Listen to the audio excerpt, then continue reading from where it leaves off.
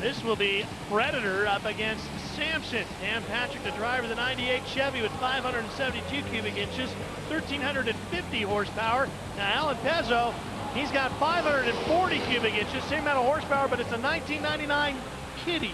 Oh yeah, I love those Kitties. Do you not have those where you live? I think the name pretty much describes exactly what the truck is. That's Patrick Samson. The Kitty, well, you'll know it as soon as you see it. It's a Panther. There it is. It's a stalker. It's a Predator. Got the fangs hanging out. It's bad. Good looking truck, Predator. His father is probably the most popular man at the monster truck races. Alan Pizzo's dad. Why is that? He is a retired contractor. Aha, yeah. And these monster truck guys seek him out after these races. Bet they do. Oh, they get popped and straightened out. I've even been there a couple of times with Alan's dad. You need to. He does a great job. Great suspensions on these trucks, but the drivers do take quite a pounding. Oh, they do, but not near like we did 5-6 years ago when we ran springs on them. Now, these shocks that we're running nowadays, the gas shocks, the nitrogen shocks, make so much difference. Helps so much, helps the ride and the landing. It used to be so hard on a man's back, and now that they've got these good shocks on them, you can land one of them just like laying on a pillow. It's really, you know, you're going to have drivers go a lot longer than originally. Dan Patrick on the left out of Kingston, Ohio. Builds a lot of chassis for monster trucks. He does that, runs a big KB Hemi in the back of that Chevrolet. And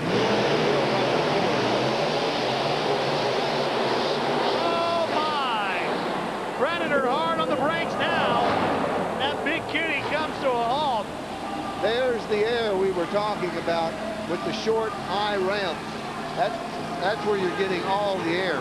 Here's the replay, Mike. Pizzo leans on it just a little bit. Patrick's got to really make some ground up. He does, but I think the Predator got there by a whisker.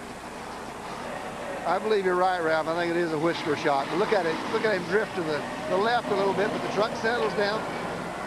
We're waiting on the official ruling from the folks here at Pace Motorsports. While we wait for that, here's a look at your next matchup. Race made in heaven. Those two guys are bad. There's Little Tiger on the far right. Samson with the bulging biceps on the left. You've got to remember, Ralph, that fast loser comes back to continue his quest. Which I got to believe is going to come out of that Gravedigger barefoot match. I'm afraid that's probably right. There's Dan Patrick sitting inside of Samson, ready to go. Oh boy. Both trucks going sky high, but Samson getting to the far end first. Ate him alive on the line, Mike. This big Hemi working so well for Patrick. Watch Patrick. Watch it. Watch this area right in here. There's where he makes all the ground up. He's got him by, what, 2 truck lengths when it's over with? Easy. Watch this thing just squat and move. And that's a big plus to the chassis that Dan Patrick builds himself. You know, you can have all the horsepower in the world, Mike, but if you can't get it to the ground, it does you no good. Oh, and the suspension's working so well on that. He tuned that. No one's got to walk now. No, they're all tough. They're going to have to really work for it. I don't care whose lane you're in or which truck you're driving, you're going to have to work for it. And I don't think we've seen advantage on either side of the monster lanes, do you? We have not. One thing I've noticed that is probably a little bit of advantage is just pure horsepower, because it's a straight track.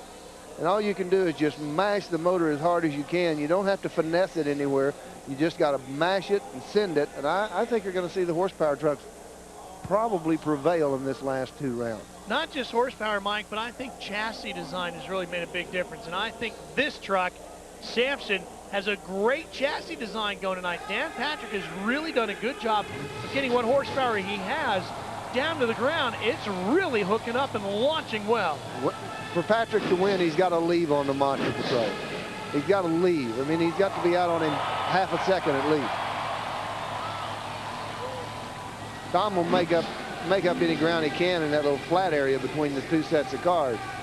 But Patrick is on go tonight. I mean, the old Hemi. He's up, isn't he? The Hemi is hot. Patrick on the right, monster patrol on the left. Monster Patrol as Patrick gets a little too much air. I'm telling you, he looked like a monster truck on Viagra when he went right straight up like that. I thought he might have been in trouble. Truck launched straight up, and when it did that, it wouldn't go forward, and that's when Monster Patrol came by. Let's watch Patrick. Watch him when he gets to this second set of cars. You're going to see the problem. Truck goes straight up in the air, and when he does that, Monster Patrol goes by. And you know why? Because he bounced just going into the cars, Mike. Right there, it bounces before it goes into the car, and it gets big rebound on the front end of the truck, and it goes sky high.